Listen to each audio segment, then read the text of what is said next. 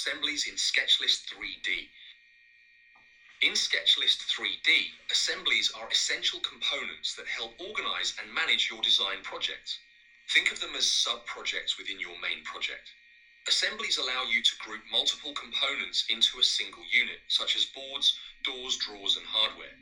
This makes it easier to manage and manipulate these components together. Here are some points about assemblies. Ease of movement. When you move an assembly, all its contents move with it. This means you can reposition, clone, rotate, stretch, or shrink the entire assembly as one unit. Time saving. Assemblies save time by allowing you to replicate complex structures quickly. For example, you can design one side of a cabinet, clone the assembly, and mirror it to create the other side. Flexibility.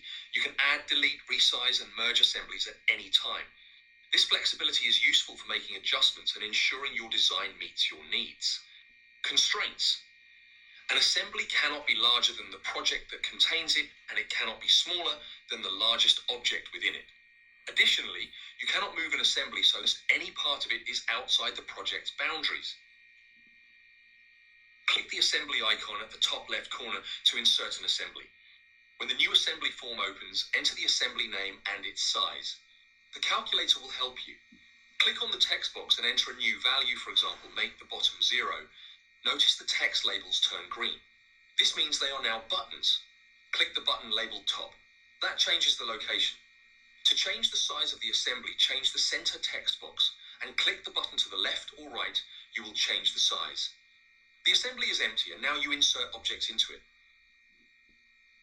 There are different ways to size an assembly. When you select the assembly at the project level, red dots will appear on all the surfaces. Right-click a red dot and a small form opens. In that form, you can change the size. You can make it bigger or smaller. This method will change both the container and its contents. The change in size happens at the center of the box. If there is an object at the center of the assembly you don't want to change, move the black box of that object. Do that by grabbing and dragging the white dots of that plane.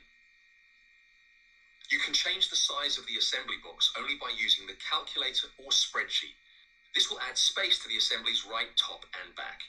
Adding space to the left, bottom, or front is covered in another video. To use the calculator, enter a new right, back, or top value and click the center or sizing button.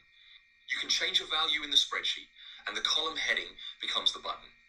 If you try to make the assembly smaller, you may be limited by the objects in the box. Remember, all contents must always be inside a container. Assemblies can be cloned and mirrored, and cloned and spaced. You can save them in the library for future use in other projects. They are a great time saver, making you more productive. It's SketchList 3D.